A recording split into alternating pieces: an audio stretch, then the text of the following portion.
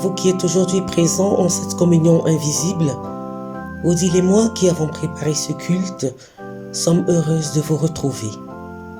Soyons tous les bienvenus, nous que Jésus-Christ vivant rend visible par son esprit.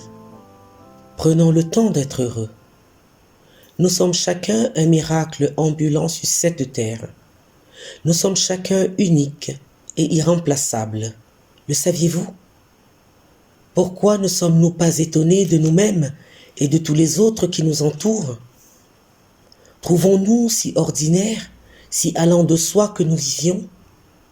Trouvons-nous si ordinaires, si allant de soi que nous ayons l'occasion de chanter et de danser, d'être heureux? Pourquoi alors perdre notre temps dans une poursuite folle de biens matériels? Pourquoi nous faire tant de soucis pour les choses de demain et d'après-demain? Pourquoi nous disputer, nous ennuyer, nous morfondre lorsque le soleil brille? Prenons tranquillement le temps d'être heureux. Le temps n'est pas une autoroute entre le fer et la tombe. Le temps est un espace pour grandir au soleil.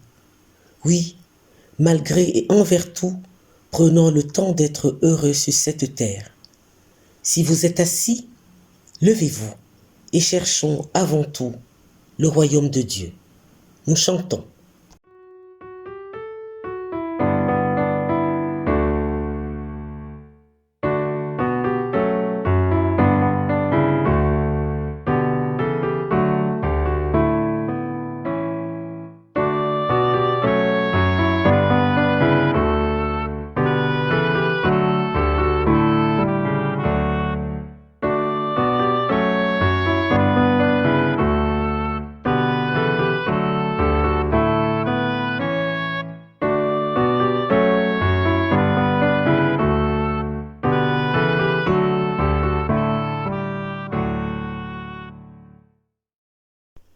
De même que dans l'aridité du désert, il y a la fraîcheur des oasis où l'on boit de l'eau à la source, de même dans l'agitation de nos vies, comme un désert où Dieu n'est pas, il y a la célébration du culte où, en communion, nous nous approchons de la source, Jésus-Christ. Que la paix et l'amour avec la foi soient donnés aux frères et sœurs de la part de Dieu le Père et du Seigneur Jésus-Christ. Que la grâce soit avec tous ceux qui aiment notre Seigneur Jésus-Christ d'un amour que rien ne peut corrompre. À travers le chant qui suit, sentons-nous unis par l'amour du Seigneur.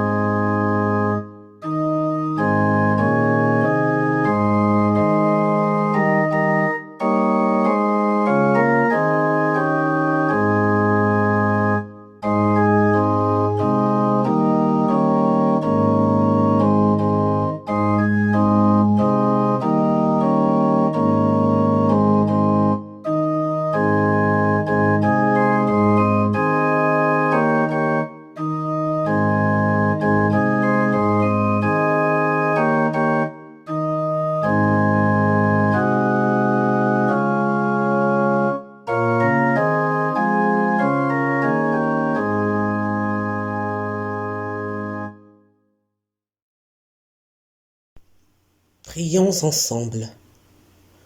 En ce matin comme celui d'hier et de demain, Seigneur, que sur la terre on connaisse ta voix et parmi toutes les nations ton salut. En cette période de difficulté comme celle d'hier et de demain, Seigneur, que les nations jubilent et crient de joie, car tu gouvernes le monde avec justice, tu juges les peuples avec droiture et tu conduis les nations de la terre. En cette communion invisible, comme celle visible d'hier et de demain, Seigneur, nous voulons simplement te dire merci. Nous voulons dire notre reconnaissance de nous aimer tels que nous sommes et de nous avoir rejoints dans notre finitude par Jésus-Christ, pleinement Dieu, pleinement homme. Amen. Et chantons ensemble tel que je suis.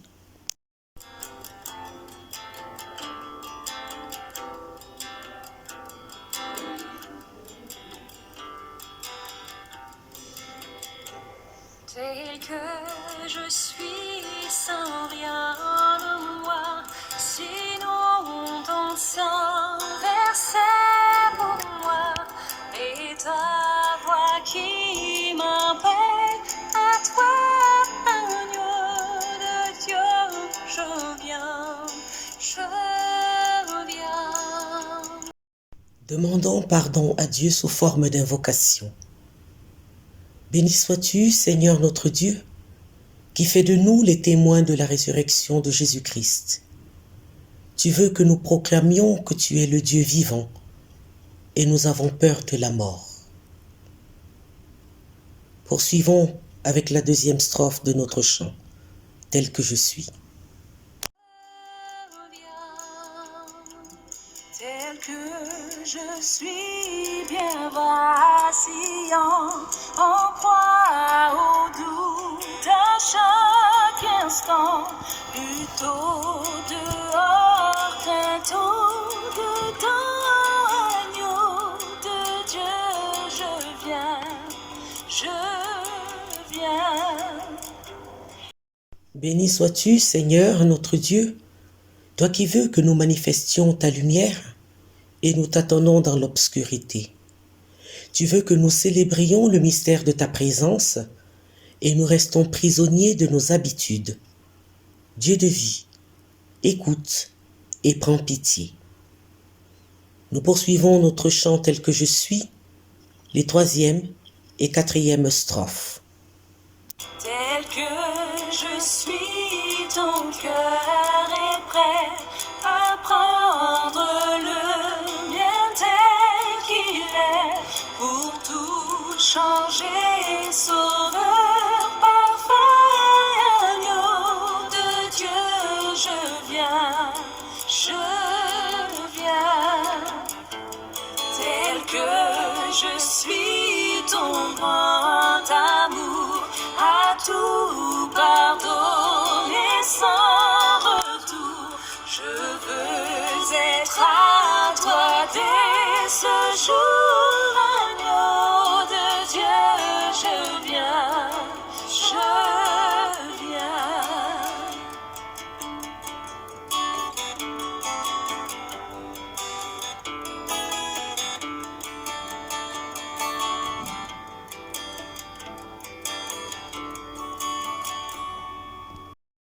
Accueillons pour nous et pour les autres la certitude de la toute-puissance d'amour de Dieu. Dieu nous accorde son pardon. Il a compassion de nous. En Jésus-Christ, Dieu nous connaît et nous aime d'un amour tel que rien ne peut l'éloigner de nous. Ni les montagnes lorsqu'elles s'éloignent, ni même les collines lorsqu'elles chancellent. Chantons notre confiance en Dieu et témoignons notre reconnaissance.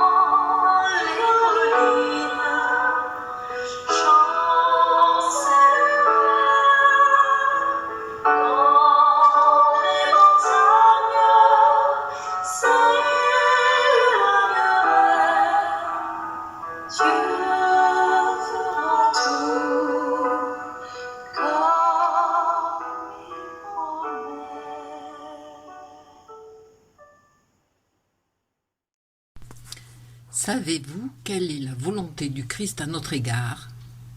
Écoutez donc.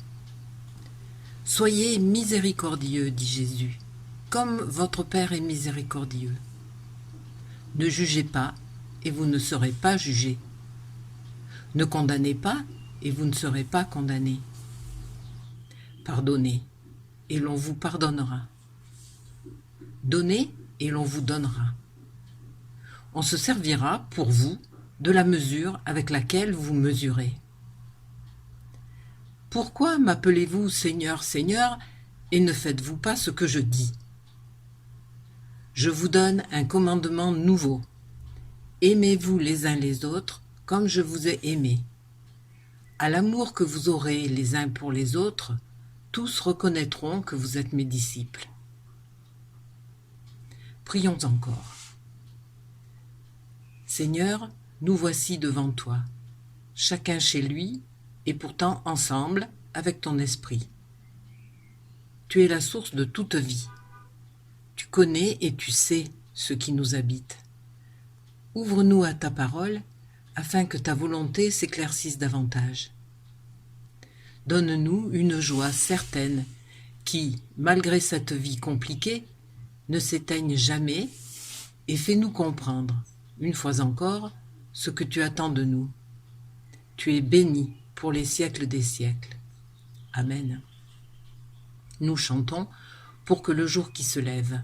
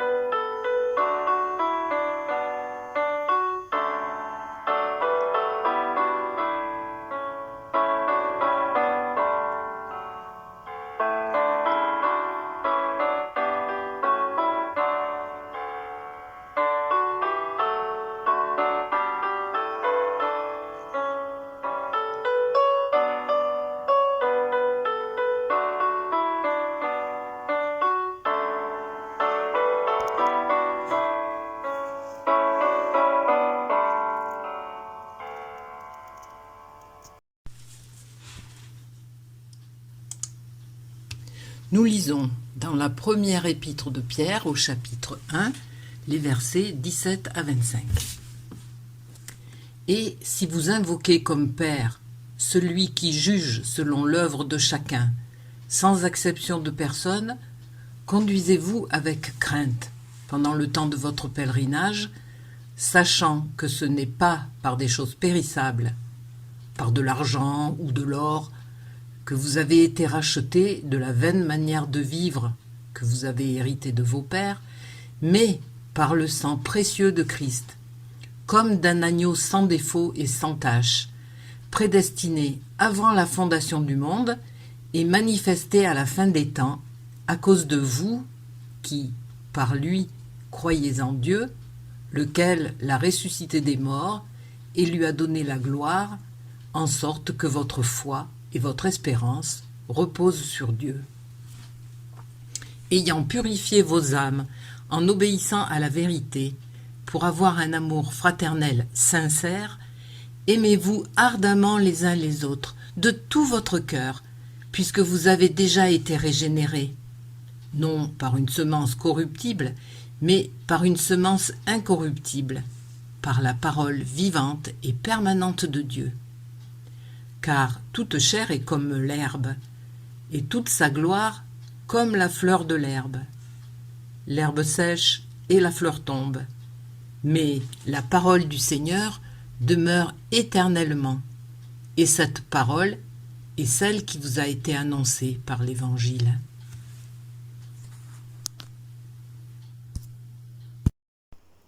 Dans son célèbre ouvrage Le prix de la grâce, le théologien Dietrich Bonhoeffer dit de la grâce à bon marché qu'elle est l'ennemi mortel de notre Église.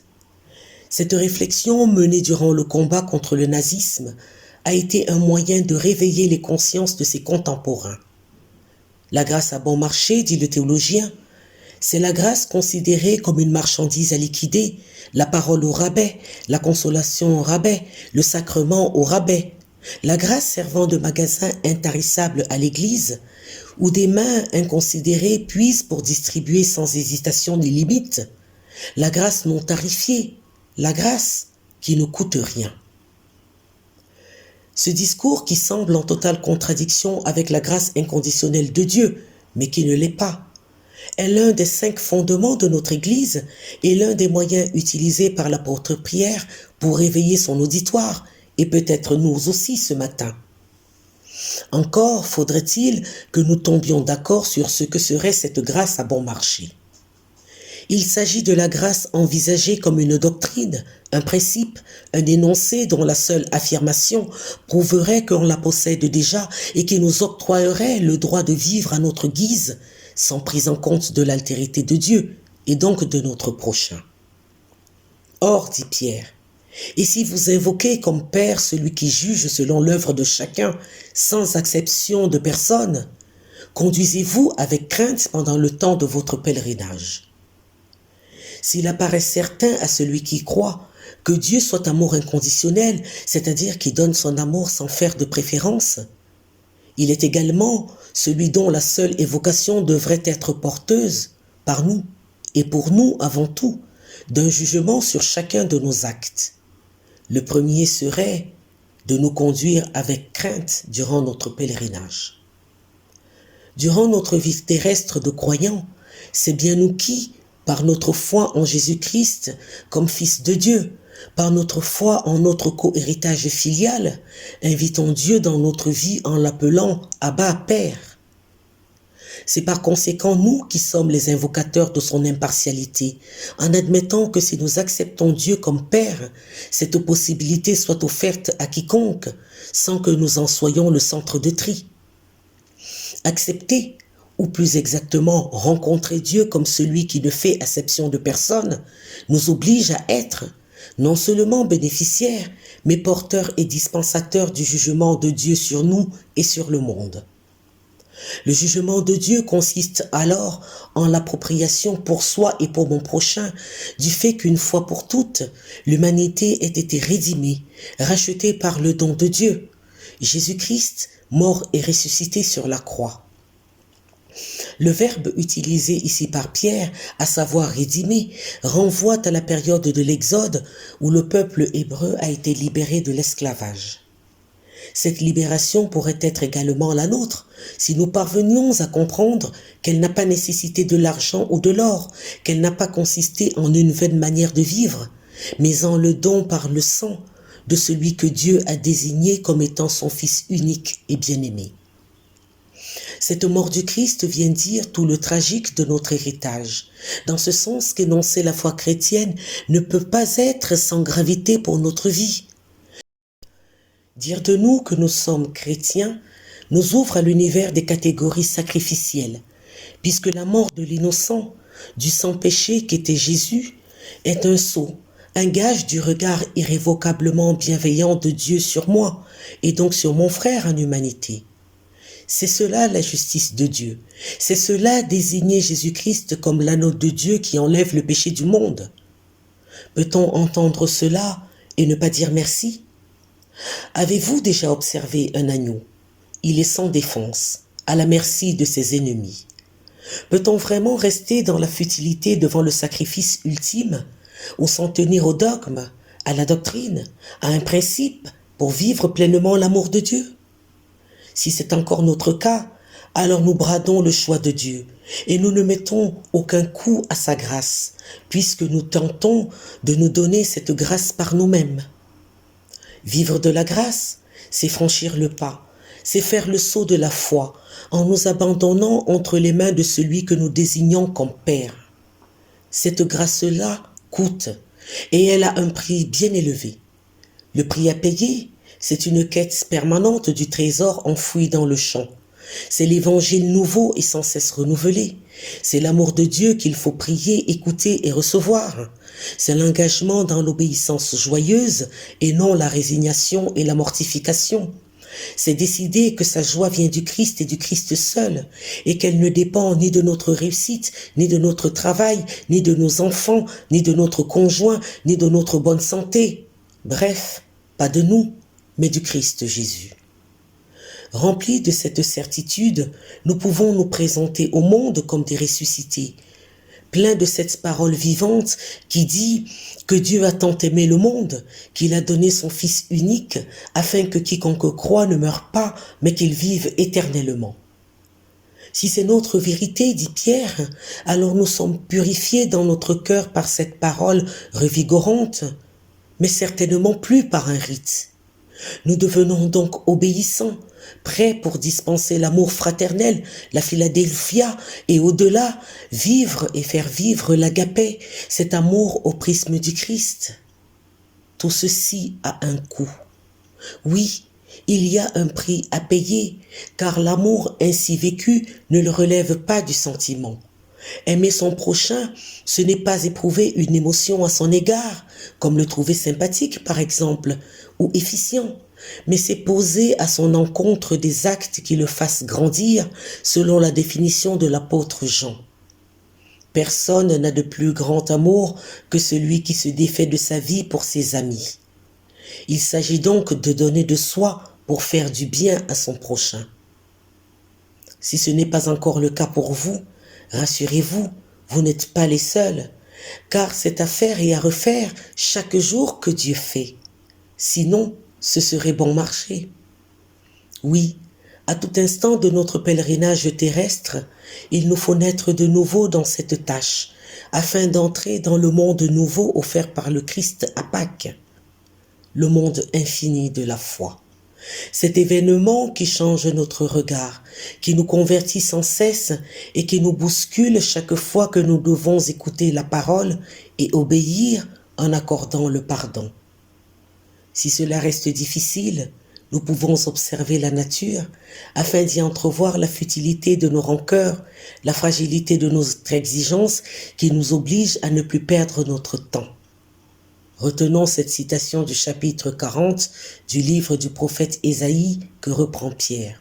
« Toute chair est comme l'herbe, et toute sa gloire comme la fleur de l'herbe.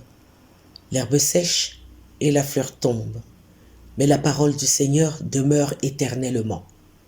Et cette parole est celle qui vous a été annoncée par l'Évangile. » La parole annoncée, c'est le torrent d'amour et de grâce, Jésus-Christ, mort et ressuscité pour le pardon du péché du monde. Amen. Observons un temps de silence, puis nous chanterons ensemble torrent d'amour et de grâce.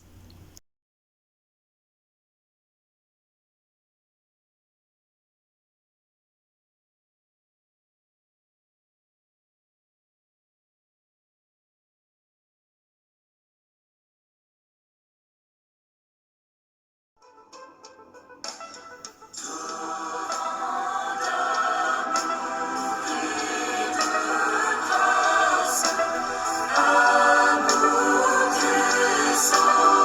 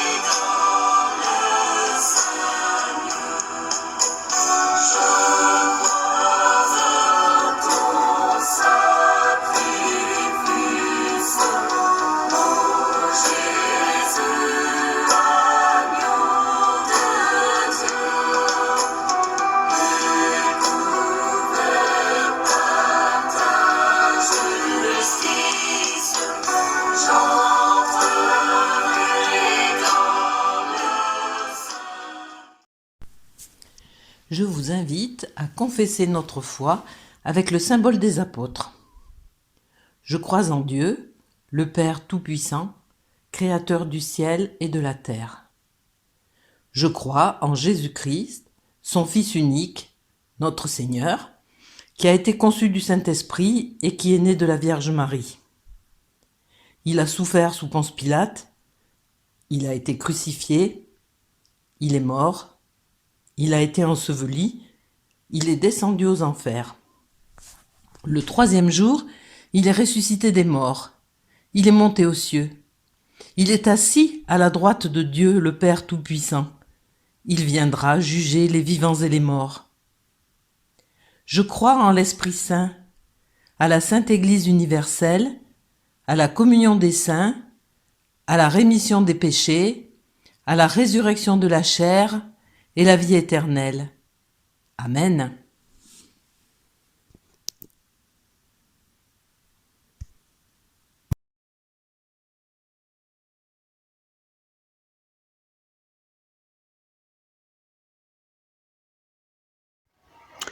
Dans ce temps de culte où nous avons partagé la parole de Dieu, nous voulons maintenant consacrer un temps pour notre offrande. Nous vivons tous un temps particulier. L'Église vit un temps particulier et votre paroisse de la Vallée du Doubs est elle aussi impactée. La fermeture de nos temples, l'absence de collecte, la suppression de l'offrande de Pâques sont autant de moments importants pour la vie financière de notre paroisse. Aujourd'hui, nous subissons pleinement les conséquences de cette situation. Nous devons, au-delà de notre situation financière locale, penser à nos engagements vis-à-vis de l'Église et honorer autant que possible notre contribution. Nous avons ainsi pu verser les 2 premiers mois de notre contribution régionale afin que les dépenses régulières de l'Église puissent être honorées, qu'il s'agisse des salaires des pasteurs, mais aussi des frais fixes de l'Église. Aujourd'hui, nous souhaitons que chacun puisse participer à ce geste de solidarité, soit en mettant à part son offrande et la conserver comme un geste qu'il accomplira dès que nous pourrons à nouveau nous retrouver pour célébrer le culte, soit en adressant dès maintenant un chèque pour son soutien financier. Alors je vous redonne l'adresse postale pour envoyer votre chèque si vous êtes rattaché à l'Église protestante unie de la Vallée du Doubs, 8 Square Chazalon, 07 270 Lamastre.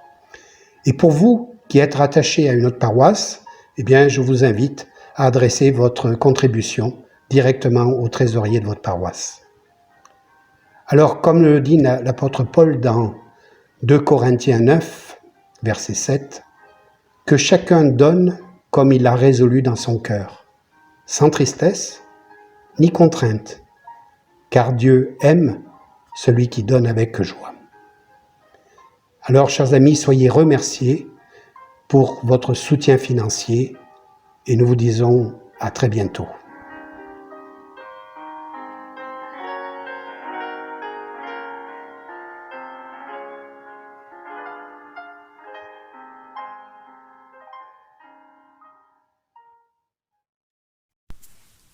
Intercédons les uns avec les autres et les uns pour les autres, avec les mots de Roman Roessler.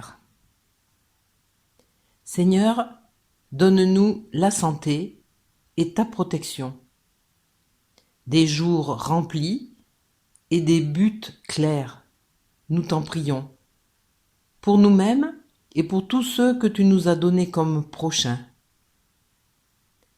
Nous te prions de nous donner des yeux clairvoyants, qui voient même les signes les plus timides de détresse et d'appel à l'aide. Nous te prions de nous donner des oreilles bien ouvertes, qui seront attentives aux cris à demi étouffés. Nous te prions de nous donner une sensibilité patiente quand nous avons affaire à des gens difficiles, une bonne mémoire pour les soucis des autres et pour les promesses que nous leur avons faites. Nous te prions de nous donner de bons nerfs résistants pour que nous ne nous usions pas dans le combat avec les petites choses qui n'ont pas d'importance, car tu ne veux pas des gens irrités à ton service. Nous te prions de nous donner un visage heureux et des sourires qui viennent du cœur, car tu veux que d'autres aient de la joie à cause de nous. Tu es comme un ami pour nous. Permets que nous soyons aussi des amis les uns pour les autres. Que nous soyons les uns pour les autres ce que nous sommes en Jésus-Christ. Amen. Chacun chez soi et ensemble dans notre communion invisible, nous disons « Notre Père qui es aux cieux, que ton nom soit sanctifié, que ton règne vienne, que ta volonté soit faite sur la terre comme au ciel. Donne-nous aujourd'hui notre pain de ce jour. Pardonne-nous nos offenses, comme nous les pardonnons aussi à ceux qui nous ont offensés. Ne nous laisse pas entrer en tentation, mais délivre-nous du mal, car c'est à toi qu'appartiennent le règne, la puissance et la gloire pour les siècles des siècles. Amen. Et nous chantons « Tu es là, au cœur de nos vies ».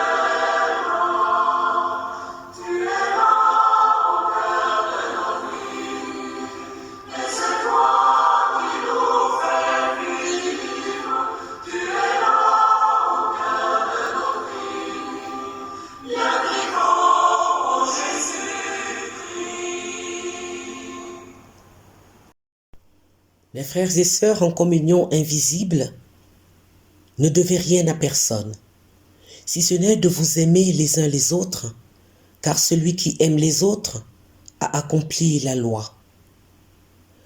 Que la bénédiction et la miséricorde du Seigneur, par sa grâce et son amour éternel, descendent sur vous.